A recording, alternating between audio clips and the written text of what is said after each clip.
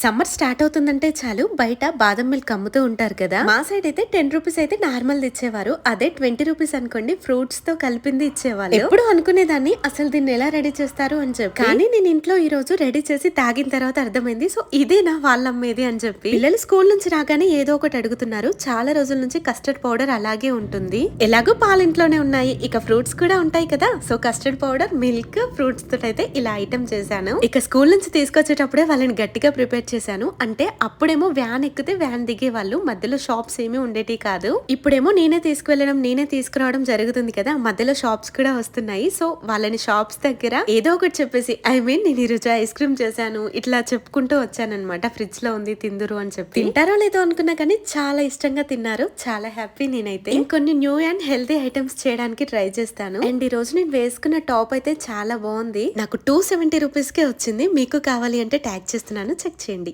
Video నచ్చితే like చేయండి. Thank you.